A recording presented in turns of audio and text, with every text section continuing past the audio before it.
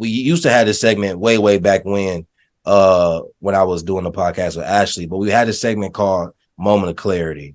And that's what I feel like this segment is about to be. It's where we pose a question and it's essentially trying to figure out, let's be clear on what exactly this is or why the answer is what it is. So we each got a question that we gonna ask to the group.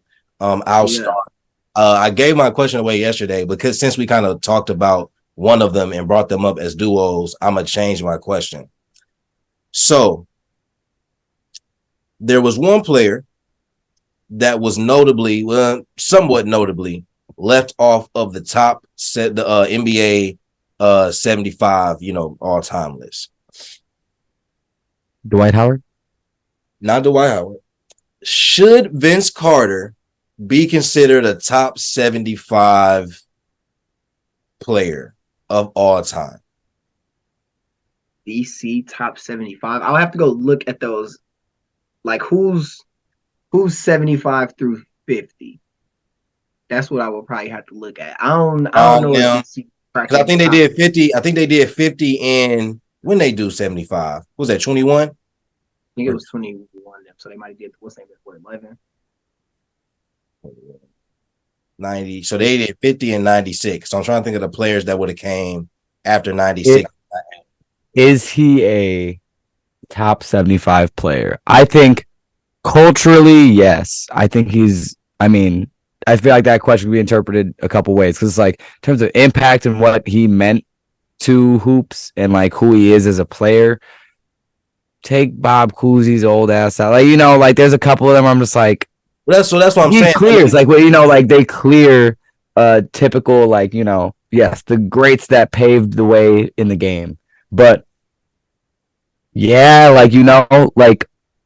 so I think Josh brought up a good point the other day where it's like when you bring up top 10 in terms of like who they're facing off against and like those deficiencies are kind of brought to the light.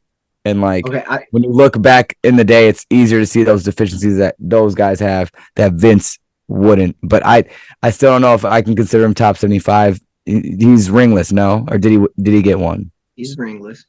I don't know about that argument though. Because Charles definitely top 75. Yeah. Yeah, and he's got hardware to at least back it, that's very true. Like MVP at least, I will have to go and look at these guys because I went and I pulled up the team. Like, okay, who is Dave Cohen's? There's another name in there too. Who's look at the goofiest name. Dave Bashir. Who's that guy? I know these names. And I'm not saying, and I'm genuinely not saying it like being sarcastic, like, oh, who are these guys? I'm wholeheartedly, I don't know who these individuals are. He could be the Dave Cohen's of his era. You know what I'm saying? I would have to go and look at this team, especially those, like I said, those guys that they had ranked early because it wasn't the collective of talent it was. How many Boston guys are on there? I don't know. It doesn't say their names. It just has the thing. It says it's got top 75. That's what I want to know. What is the percentage of Boston players to all NBA top 75? It's Boston players circa 1960 to 1975. These are. I don't know. I'm personally gonna say yes though. If we answering questions, I'm gonna personally say yes. Billy Cunningham, I swear there's a Billy Cunningham on there. Billy Cunningham is right under Dave Cohen's. So here's what I'll say. Here's what I'll say, right? Oof. Because of how they do the list, right? So they did the 25th list. When they did the 50 list, they just added 25. We're adding players. If you add in players, I'm gonna say no. So the thing is, it's not when we get to 75, we're redoing the entire 75. It's who was 50, and then we're adding 25 more in the last 25 years, basically. Okay. So with that being said, I could see how Vince don't make the cut of the last 25 years if you already got 50. If you were just to clear it and just say pick the 75 greatest from scratch, he should be in there. However, what puts him in there is the cultural impact, because the resume isn't, too much to talk about. He's ringless. He doesn't have an MVP. He doesn't have an all DPOY selection. He doesn't have any, like, he didn't lead in any statistical category at any point. But culturally, we all remember that slam dunk contest. Yep. Like Mike. Culturally, we know Vinsanity, and we could talk about what he did for the Raptors franchise. Like, we can. I don't think it's arguable. I think he has the best dunk ever. Facts. Big dunk, best dunk ever. Best dunk ever. Best dunk ever, boss. Those Nets teams were very, like, they were very respectable teams. Obviously couldn't get it done. But that's a core memory for me. That dunk, Shaq's dunk where he pushed that dude right after Jalen Green's windmill where his head was at the rim, Giannis's lob over Tim Hardaway Jr. It's like there's a couple.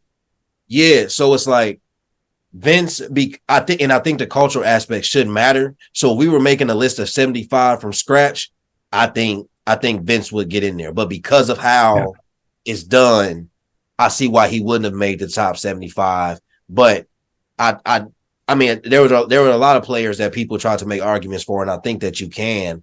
But I think if you're trying to argue the best 25 out the last 25 years, I'd have to look at that list specifically. But that's a little bit harder to crack if that's the restriction than if you start from scratch and just naming the best 75. But yeah, in that sense, history kind of works against VC in that regard. But I mean, yeah, I thought that was interesting. Good question, my guy.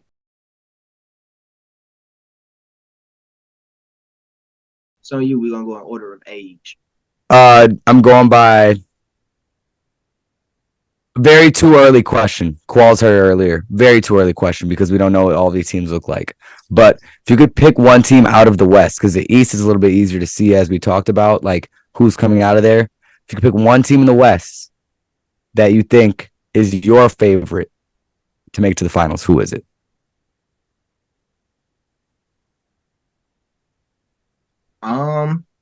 As Josh would say, this is an April question. Just with full health in consideration?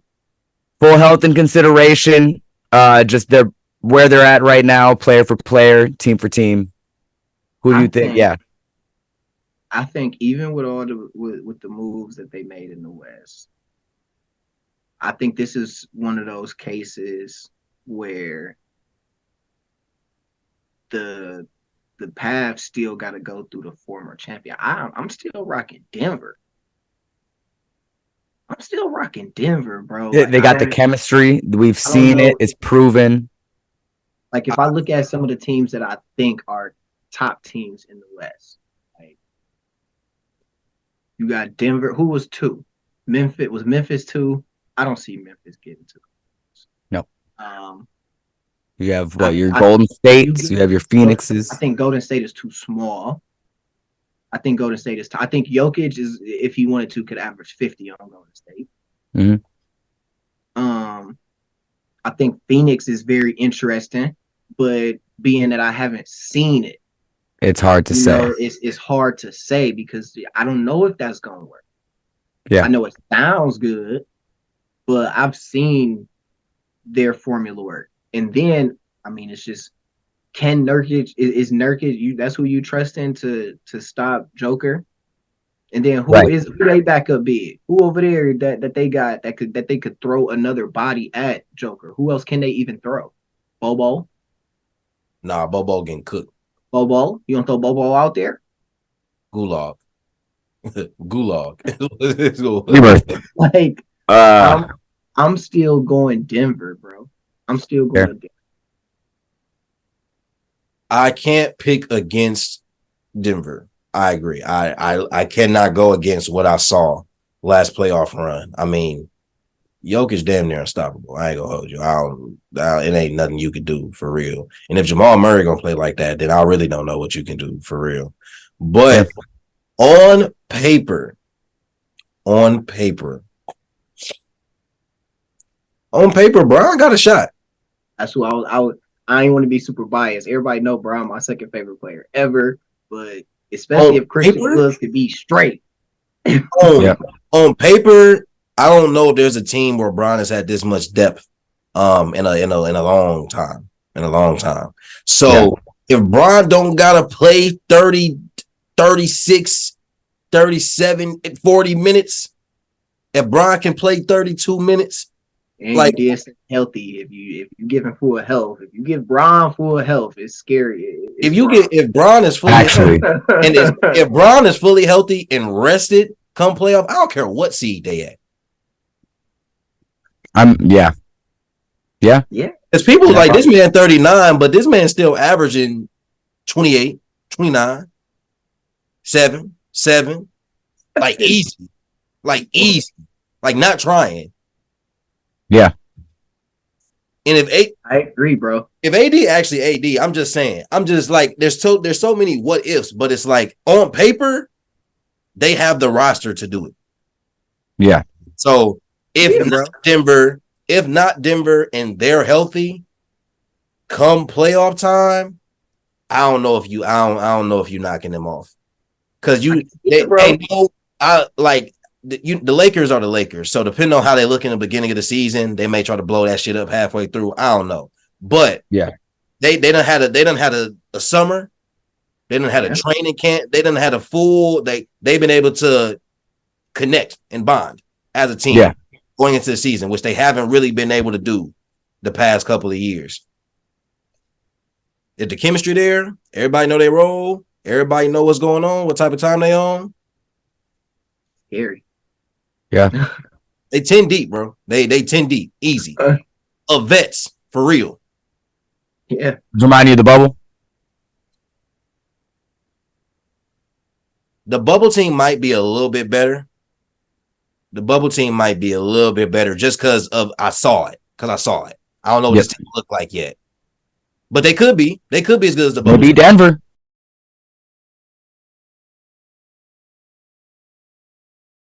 All right, I'll wrap it. It's crazy that we're gonna segue into it, but Ron fan here. I got a question for those that tap in that hold his losses so high. His losses in the finals, let me specify that. They hold his losses so high when they make the argument that that's why he's not better than Jordan.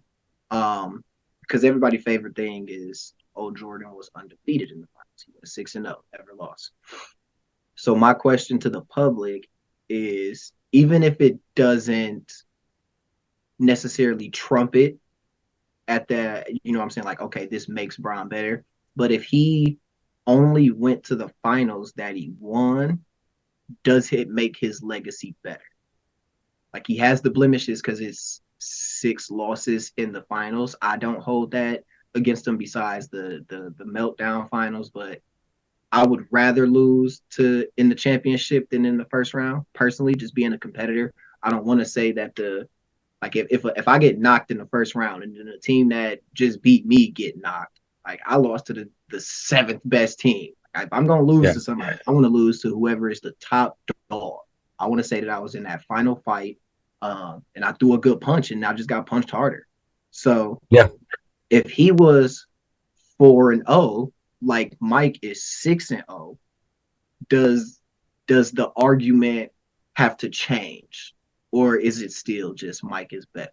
Because that's a lot of the thing that I hear is, Mike never lost. So if Bron never lost, does the whole narrative change? I'm gonna say no, and here's why. Because I think LeBron suffers from just having perennial haters, and no matter what he does, they will hate. And I think that making it to the amount of finals that he did, I think, is a better case for him as being, if you're going to have an argument of Bron versus Jordan, of maybe saying that Bron is better because he reached that pinnacle that many more times and you just saw better teams on the other side. Like, he saw one of the greatest super teams that was ever constructed before him or after him, which was Steph KD. And he lost to one of the greatest franchises ever that was to ever exist, which was the Spurs, like in terms of just what they did in those years. So I think that it wouldn't have mattered. Bron haters are gonna be Bron haters. They would find some sort of reason to be like, well, it was only 4, you didn't get 6. You know, like it. The argument would just shift to another point of being like, oh, he doesn't have that killer instinct, or you know, Bron did MJ wore bald better, or whatever. They would just hate. That's my analysis. I don't think it changes, mainly because of Gail's reason that he pointed out. But I think because if your mind has not changed at this point, you probably just prefer Jordan. And for a lot of people, I think it's a preference. Because if you're gonna do the numbers game, I mean, it's all fleeting. There's a counter for everything, whether it's going to be talking about errors. Because some people may say, okay, Jordan made it to 6 and won 6, cool. But who else done went to 10 and should have more than 4 wins? But look at who he had to play. The team he took in 2007, they shouldn't even been there. You know what I'm saying? The one time that we just saw Bron not really perform or not meet the standard was that first finals in Miami against Dallas. But then they went to Pete. Then that in 14, I think that's when that Wade knees was shot, and they just started falling apart. He goes back the first year in Cleveland. He doesn't have Kevin Love or Kyrie by the time they get to the finals. So that man's got an MVP for holding him to like 36, and then they're averaging a triple double too, bro. You know what I'm saying? Like, he said, thanks for helping. Yo, so then 16, him and Kyrie go Super Saiyan. But then in 17, you gotta think, I still think it felt like the series should have been longer. And I mean, a couple games could have went either way. You know what I'm saying? But I mean, they just didn't have enough firepower for that KD team. I mean, Kevin Love was older at that point. If you got a younger K Love, maybe it makes a little bit of a different impact. But I don't think any team had enough, for that KD Golden State team. So when you look at his six losses, is 2 of them are coming from arguably the greatest team that we've ever seen. One of them was in his 4th year when the team shouldn't have even been there. Another loss, the 4th loss, if you want to count it, is when his Robin couldn't even be Robin no more. So that's 4 of the 6 already. And so it's just like, one of them, it was literally just him. 18 was literally just him. There was nobody else. It was him. And after that first game where he dropped 50 and whatever the rest of the stats was, and they still lost at the end of the game. Took the ball to half. Crazy. I don't even blame JR, but just that even happened. I don't. I'm just saying that's what happened.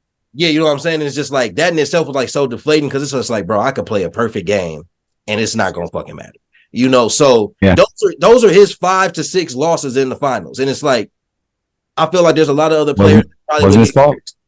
There's a lot of other players that would get grace if that was their narrative. You know what I'm saying? So, and look at what certain players had to do to get rings around Bron, where the narrative around Jordan is all these great players didn't get rings because of Jordan. It's like, if Barkley had went and paired with somebody else, maybe he get one. You know what I'm saying? Like, maybe if Stockton and Malone had a better third option, I don't know, maybe, you know what I'm saying? But like, it all depends on how you want to swing it. So I think it just comes down to preference. So I don't know if somebody, for the ring argument, I think it makes the conversation different because then we talking like they both undefeated. Bron just ain't went as many times, but every time he ain't lost. So the argument's still the same and it's still 4 and all the other accolades are there. So I could make an argument for 4-0 versus 6-0, like you splitting hairs because I'm still undefeated whenever I get there. But I think there's so many aspects and levels and layers to the argument of, Bron versus Jordan that it just really depends on what you really want to look at. But it's going to be preference because one has the numbers game on lock just because of longevity, which you can't fault him for. And the other just has culture on lock because he came first. That's I was hoping you were gonna say what you just said. Yeah. I was about to say you actually made that point. I think it's just shit. Mike's older. Mike came first, and again, I agree with y'all.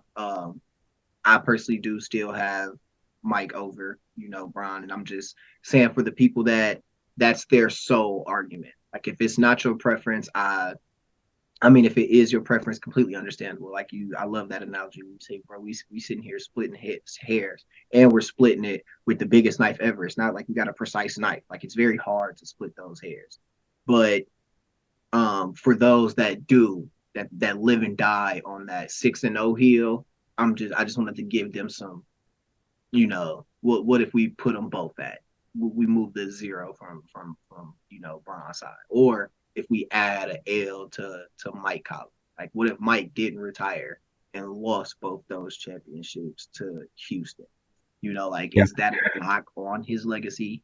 Of what ifs? Another really good what if question that's out there. But like I said, just give some dialogue to the people.